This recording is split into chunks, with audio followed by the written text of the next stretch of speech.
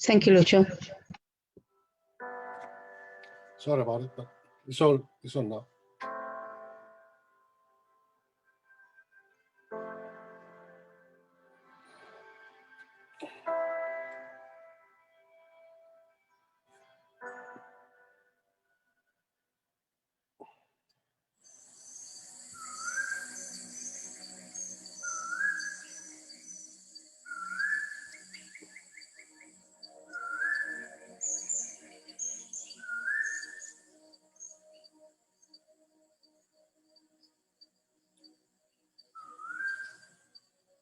The Martuwarra is important because our old people lived off it before generators, bores, power, before white men brought their technology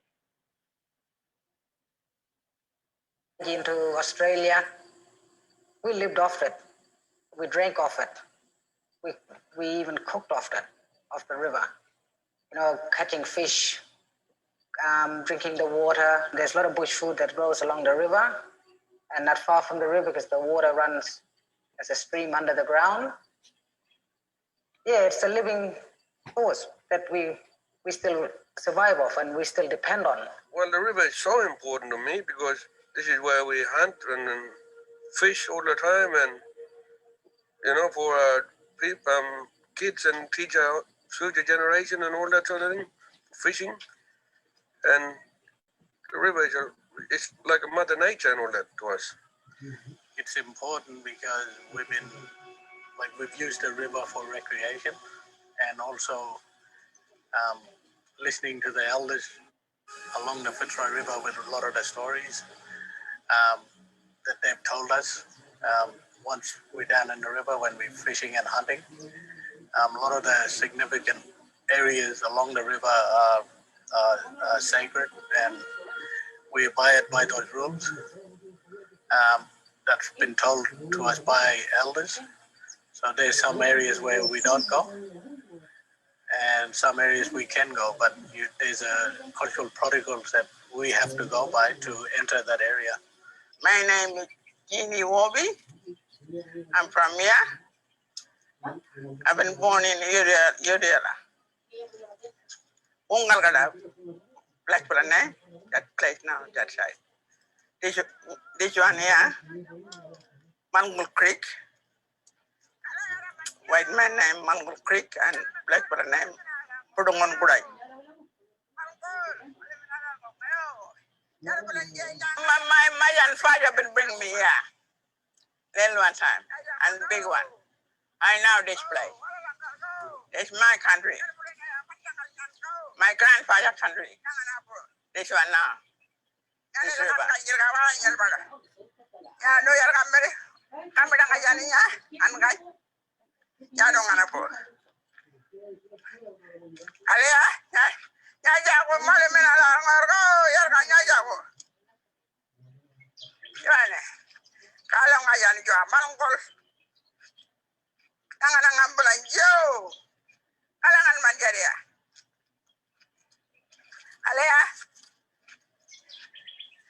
Oh no!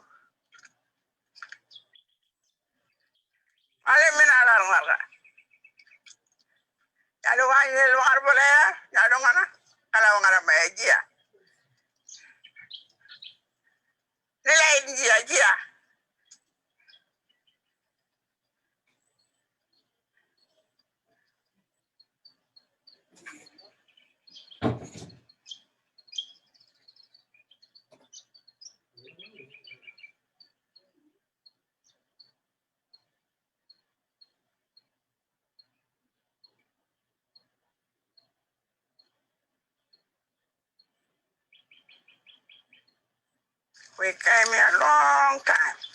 We never near first time. All right.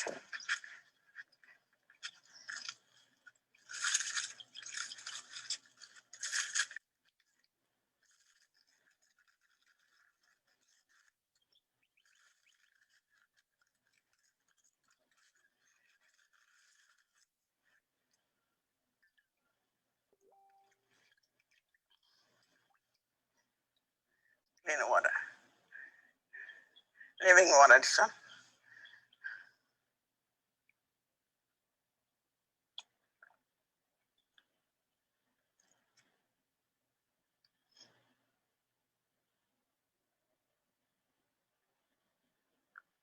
living water, this one. You never finish it, this water, living water, this one. We want them. We will grow along this water. In 2016, 7 different Aboriginal native title groups came together on the banks of the Fitzroy River, and we declared the Fitzroy River Declaration. And what we were very interested in was really framing the Fitzroy River from a cultural authority perspective and ensuring that those things that we talked about in terms of essential cultural values that saw the Fitzroy River listed as national heritage was very prominent in regards to our position. Firstly, what we want to ensure is that people acknowledge that the Fitzroy River is a living ancestral being and it has a right to life. So therefore, all of the principles that we are concerned about in terms of development need to ensure that we protect the river because as the elders say, no river, no people, no life. The river is so important to the Bonobo people because it's a healing place, it has stories, it brings people together, it's our life, it heals us, it gives us our food. So yeah, the river is the life of our system. It's not just a resource. It's a living thing for us as Aboriginal people and for our younger generation that's coming up. We're teaching them how to respect the river and how the river respects you. It's part of your life. That the river is our life. Following the Fitzroy River Declaration, one of the things that the traditional owners said is that we need to find a way to create a strong voice to government and to development on what our vision as Indigenous people are for the river. So it was really important to make sure that the river people were able to be united. And one senior elder, Butcher Wise, said to stand with one mind and one voice. And in much of the conversation that we've seen to date, we've had other strong young leaders such as Anthony McClarty talking about the importance of unity, the importance of being organised, the importance to ensure that what we're saying from our position is legitimised and stands as our perspective of where we see development on the Fitzroy River going. We decided that we really needed to form the Fitzroy River, Martuwarra Fitzroy River Council, and from that position we've created a forum, a space for Indigenous leaders to come together. What's really important about the Martuwarra Fitzroy River Council is that it is a federation of the prescribed body corporates. So we've made it very clear that our role is to work closely with the PBCs in terms of recognising that the PBCs are the legitimate legal voice for traditional owners to be able to promote and support development that's happening within the country, and also for us to come up with a set of terms of reference for how we're going to collectively work together. They formed this Martuwarra Council to sit in the board for the care of the river. That's what we gotta carrying on, give on and on, we gotta keep on putting it in the table, make things right. All we gotta make things right. Only thing we gotta get together and sit down in the table and make things better. Just like that, But we gotta think about our future generation. We gotta think about what live in the country. We gotta all a creature, And when they want to try to do something, grading the road or grading whatever they want to build, we gotta know where they push taka, where they push medicine in the country, whatever animal nesting place, but the bird got a nesting place there for a long time. Or kangaroo is all this sort of thing, breeding place somewhere, and they gotta have a home too, Just like how we got a home, we get to, that think about the other things, same time. Not thinking about the biggest of the land is better to grow garden or land is better for something to build money. But, I'm the Teo. I don't think about the money. I think about right up my country. There's a lot of great demand for development in our region, and for that to happen, we as Aboriginal people must come together and unite to stand for or against these great developments. But what are we saying? We want proper consideration to the land, to the water system, both in the river system, the underground aqua system, that really need protecting. We can take some of these stories from the Murray-Darling, what has happened there, and from other rivers around the world, where when the river stops running, it kills life, and eventually it'll kill human beings. You look at the Murray-Darling, it's on the news every day, and the people over there, the traditional owners of the river, is so worried that they can't even do anything. We don't want that happening to the Fitzroy. And the pastoralists, the mining companies, whoever, agriculturalists or whatever, they need to speak to the Aboriginal people about the damages and the impact that it will have on the Fitzroy. Like I feel like I've been hurt in Vancouver, or like a person. We've been hurt and the water gets hurt. If you know that. They bring a pump, living water. How much water can I live for the things in the river, for the fish and crocodiles? Maybe, just saying that what we care about the river. And to me, I'm a Guniandi, so I got myself involved with the language group, and I there with Juan Punova, Jaro Gija, and we got a little one majority group there along the Northward, and this week one majority group from the desert, and they've been, all in this Martuwarra. We got Nigina Mangala, we got Waro, and all the other language, and we got connection. Not only language group got a connection, we got a spiritual station, we got a tourist going on there. We need water for the people to drink and live, and that we really care about it. Yingana people belong to the river, and not only Yingana people, but our next door neighbors and neighbors, they all got role on the river too, because our boundary goes so far, which that the other tribe that take over, and that in many ways we all connected to that river. And with that unity comes responsibility. And the responsibility is to take care of our river and our water and our waterways. Because somewhere along the line it's going to affect somebody. And mainly it's the people downriver and into the ocean, especially when poison been used for irrigation, for farming. It's got to run off somewhere, and that runoff is the river. We've got Martuwarra Council. Like, we want to stop the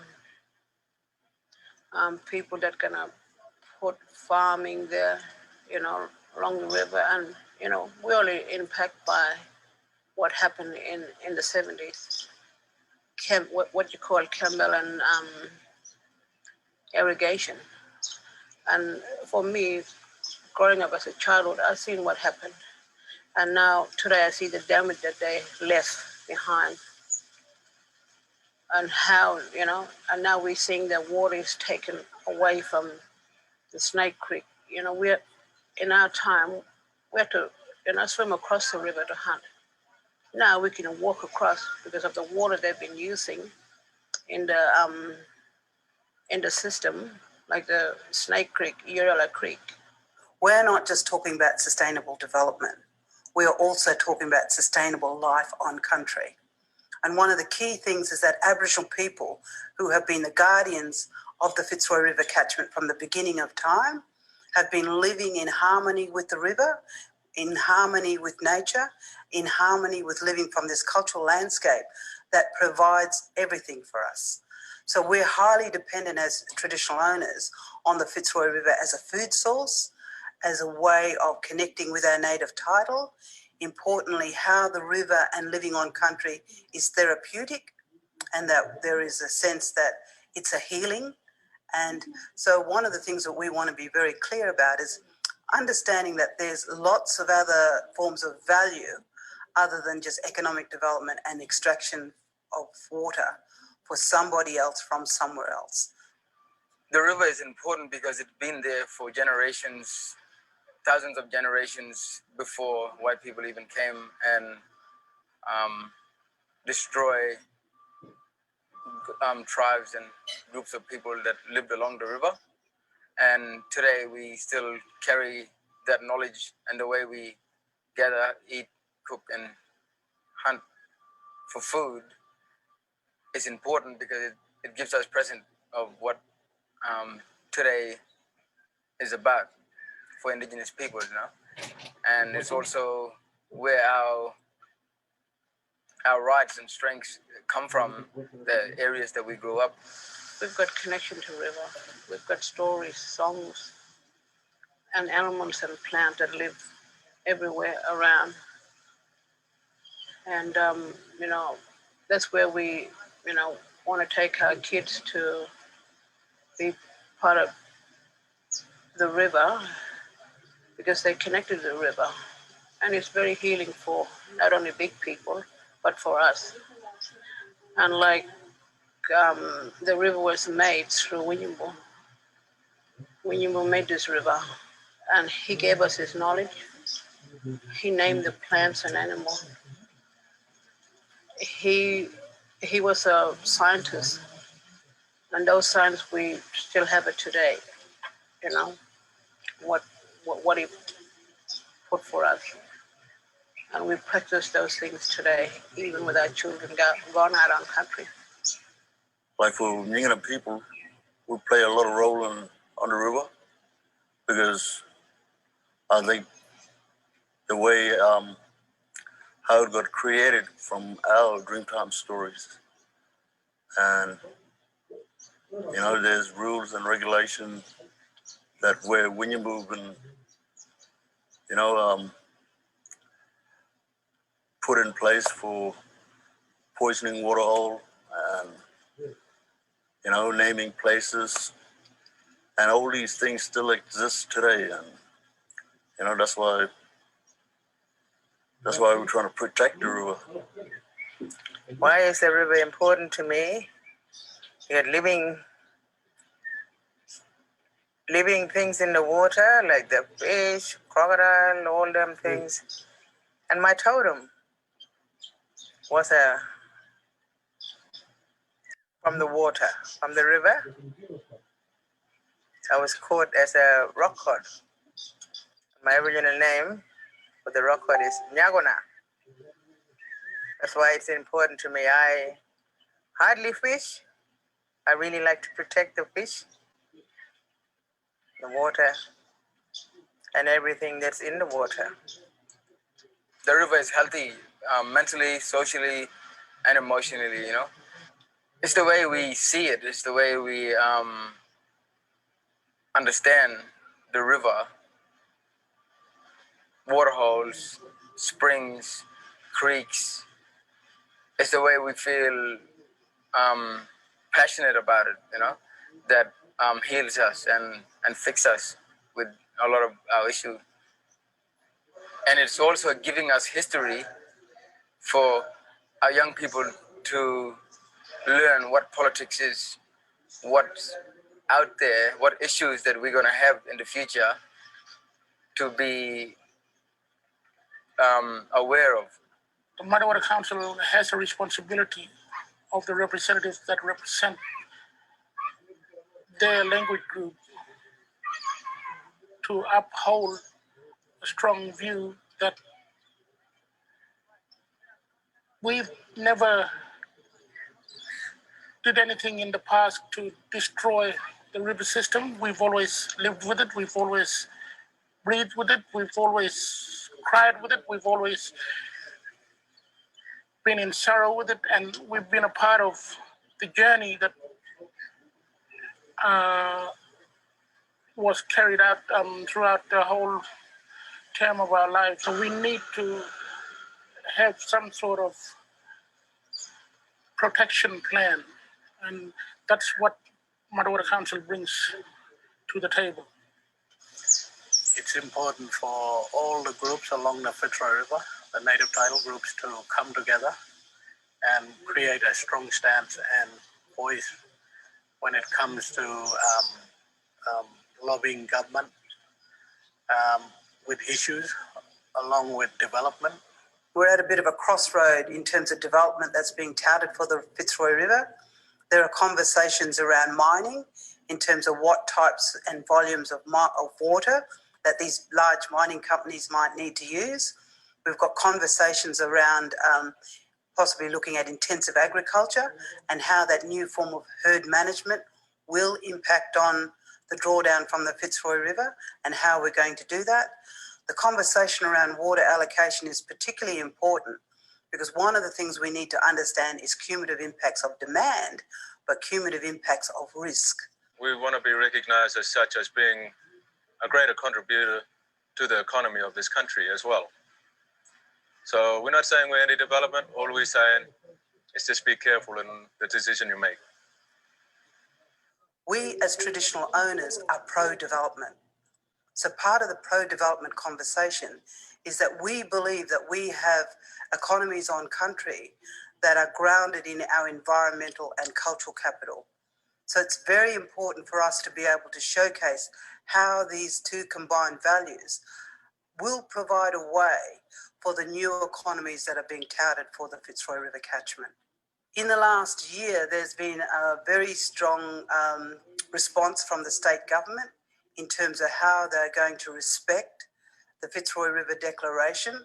And prior to them coming into government, they made a commitment on election promises of how they would work with traditional owners in terms of going forward. So what we have on the table at the moment is a conversation about developing a Fitzroy River management plan, but more importantly, there is an expectation from the Martuwarra Fitzroy River Council that that plan would be co-designed with traditional owners from the Fitzroy River and in particular from the Martuwarra Fitzroy River Council. When you look back through history, starting with the pastoral industry, with the mining development, Aboriginal people have always been very, very clear that we need to ensure that our rights are not going to be usurped in this development agenda. Now, what I'm saying is that we want the land rights and human rights and treaty be signed by the Australian government to realize that Aboriginal people will own the land, be an owner, not leasing it for 99 years lease, because we might be died and gone tomorrow, but we want it for all of our generation, for Aboriginal race to own the land. Aboriginal leadership has been very much at the forefront, going back to the Nukumbar days and prior to that in terms of the pastoralism, fighting for equality in terms of wages and those sorts of issues. So what we're saying is that Aboriginal people are very clear that these development projects do impact on our lifeways, do impact on our culture, do impact on land and water and all of those resources that are very to our lifeways. And so it's critical that our voices are not muted in this process and that we've got an opportunity to be able to build the body of evidence to substantiate our storytelling. They think that we people here are dumb to our land, but they don't quite understand what it means to us. We have things here that been handed from our great-grandfathers, and as this generation now still carry on the past. And this is more important to us. Even our sacred areas, those are the things that we really don't like the mining people to ruin up. That's the argument we have with the government all the time. But government don't hardly see what the point we really get at. They like to just take what they can see. They just don't know how much they hurt our feelings. It hurts our memories and our families and our young generations. But we hope this time will come when other governments might realize that there's a human being, hardly can read and write, but he still has protection over his land. What he can see, what he can hang on to. I've been working with key researchers from right around the country and also internationally in terms of looking at the Fitzroy River as a globally unique river system. There is not another river system like it anywhere else in the world. And so people are very excited about how do we come to this sense of place and understand what the people are saying in terms of Indigenous people's right to development, what the people are saying in terms of our human right to live in a clean environment that is currently being impacted on by climate change and water scarcity. So it's very clear that there are people out there from different institutions that want to partner with the Fitzroy River Council in terms of how we build a solid body of evidence to show that we are promoting development, but development that will be sustainable development and will not impact on our lifeways. I've come here to Broome to help the Martuwarra Council develop a strategy, run a workshop where we engage with a bunch of researchers, some economists, some freshwater ecologists and others, and to use this exchange of ideas to talk about the potential for future collaboration, and also for them to work through what it is that they really want to get done. So we covered a lot of ground. It was a big, broad workshop around the relationship that we have to rivers, a wide kind of relationships. And I started on the first day talking about this idea of normal water. And normal water is the way water's been managed throughout the 20th century as a bit like a resource or a commodity. You can dam it, you can irrigate from it, but we separate it from a whole lot of our other relationships in our lives. And sometimes it's called cultural water, but there are these wider ways we understand water and we relate to water. And through the workshop, I think it was yesterday, I suggested that there's a way of looking at a big river system. It's not just a body of H2O because of all the human and cultural relationships. So I suggested that a big river is like a supermarket. It's like a cathedral. It's like an art gallery. It's like a library. It's a schoolhouse. It's a pharmacy and so on, because it's the way our cultures have, where their cultural and material values are connected to ecological values. So we get away from it being separate to humans. It's one great big nested, integrated set of relationships. It really is an outstanding river on a global scale for a number of reasons, for endangered wildlife, but also its cultural and natural integrity.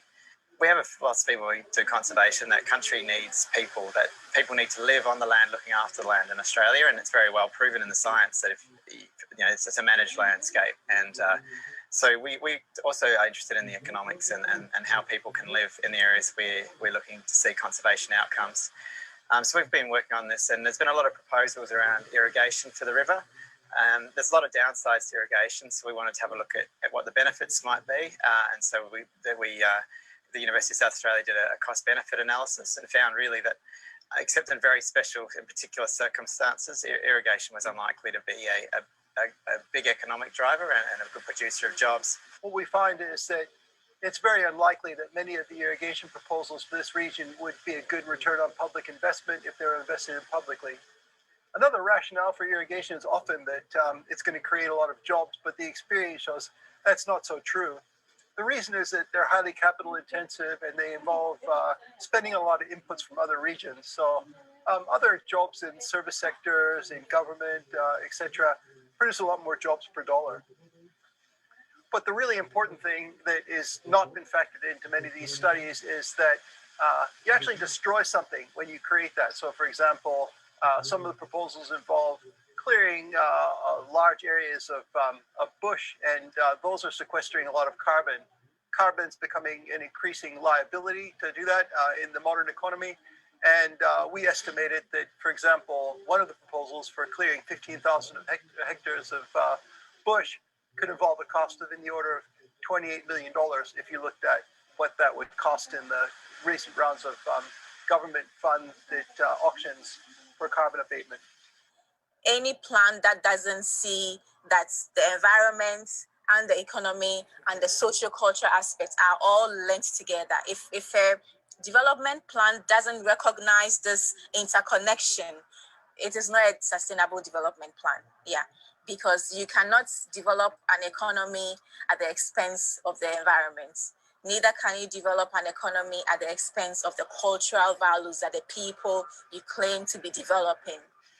These development interests are that are now being felt across the Kimberley region are generally coming from the sides of government and industry. There's a strong ideological slant towards a particular brand or type of development.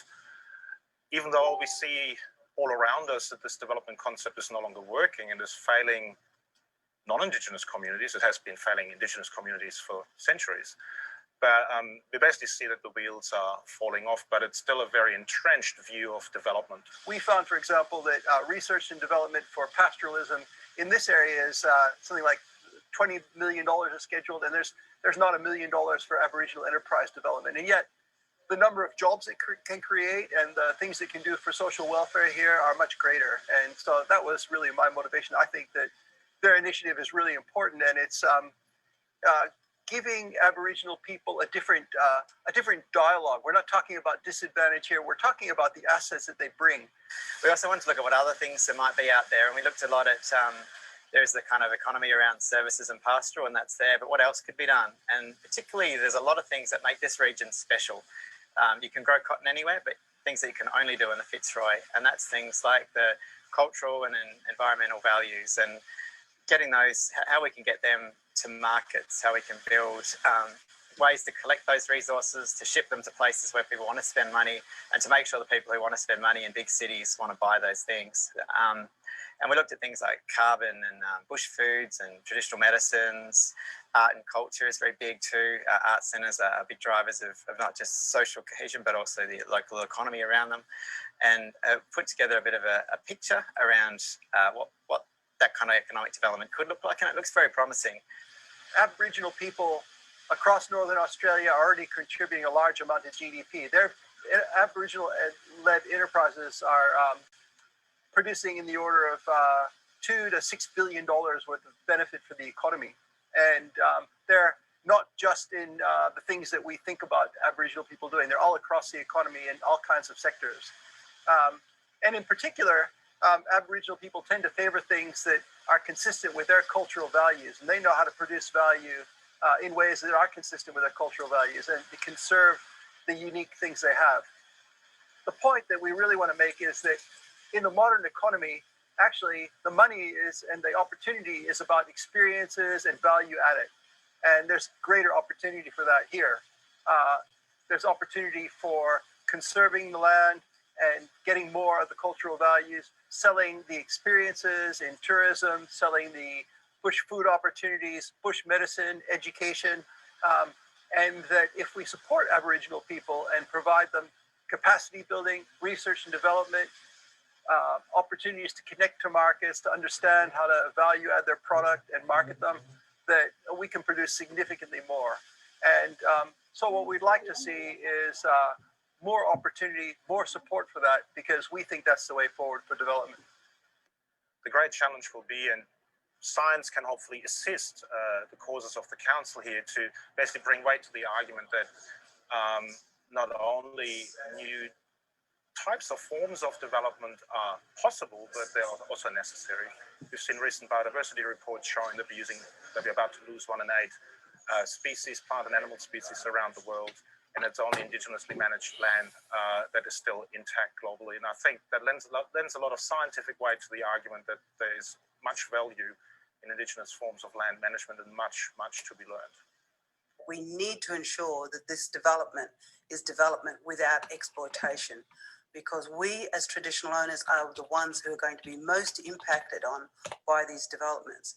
And one of the things that we're saying is that it's not just about economic development, but it's also a way of ensuring that our lifeways and the way that we've lived in harmony with the landscape, with each other, and from a unique cultural perspective is sustained and maintained into the future. We have got to listen to Indigenous peoples, and we've got to build those links between non-Native and Native communities and move forward as partners and in partnership of equals. And coming to the table doesn't mean simply sharing ideas, which is a very important part. It means being part of the decision-making process, not simply being informed after the fact, but being part of determining the steps that are taken forward and being true equals in that process. That's where the government can listen to us and they, make it better for all of us. Not, like this. I know this government is getting a hard time and a lot of letters are writing to them and people said on talking to us, people said listening to somebody, to make them to do it. We got about 1 billion people there looking for land and they should come back to communities and sit down with the community people and that just be a good, friend of all, We want to be just there, not having a hard time together, If we are talking about a Fitzroy River management plan, one of the things is that we need to be very, very clear that we are not going to repeat the disasters of the Murray-Darling Basin. So in order to not repeat the mistakes of the Murray-Darling Basin, Aboriginal people, traditional owners from within the Fitzroy River catchment need to be one of the leading groups that defines what this plan should look like. And one of the things that we're saying is that it needs to be grounded in science, not in politics. The voices of Indigenous people need to be front and centre of the development of these plans. And most importantly, what we're saying is that it needs to be an adaptive Fitzroy River management plan. Adaptive in terms of we need to be able to respond to changes in terms of climate change, water scarcity, river flow. So all of these things need to be taken into consideration and it needs to be adapted to those conditions that are being reflected in the landscape. The river always been there and the river need to be there.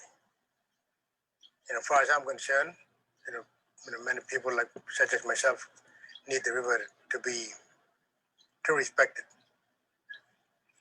Now that we're looking for whole Australia to come and join us and support this, not only Australia, overseas, many other Indigenous people that lost their river come and support us. I believe that the Fitzroy River Council is possibly the most amazing development, Indigenous development that we've had in the region since the Nukumbar dispute. This is the first time in 40 years that traditional owners have come together and said we need to stand united in terms of being able to protect the Fitzroy River as its continuing guardians.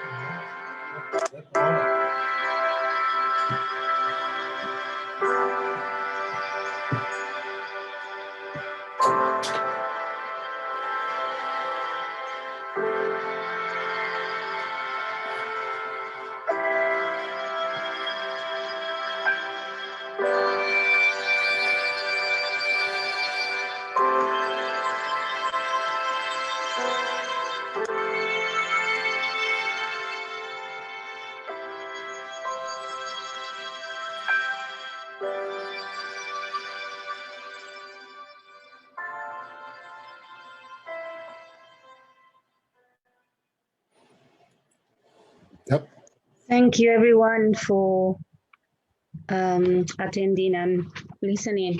I think this is a very important documentary who talk about the reality of Indigenous in Australia. And yeah, thank you all of you for coming to this event. If you have any comments or you would like more information, just let us know. I can see there is some message through the chat, but the person who agreed to present this documentary, unfortunately, she couldn't make it. But I will do the best I can to answer your questions or, yeah, anything you need.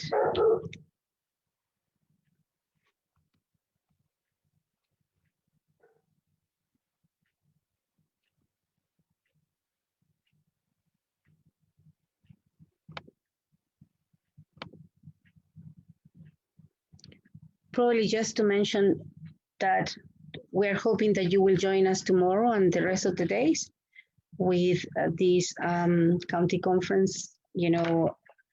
So hope that you have access to the Facebook where we have all the different workshops happening, and how important is not just to get information, also to be part of the discussion. So hope the best, and probably we'll see you tomorrow. Thank you. Okay, thanks, Hannah. See ya.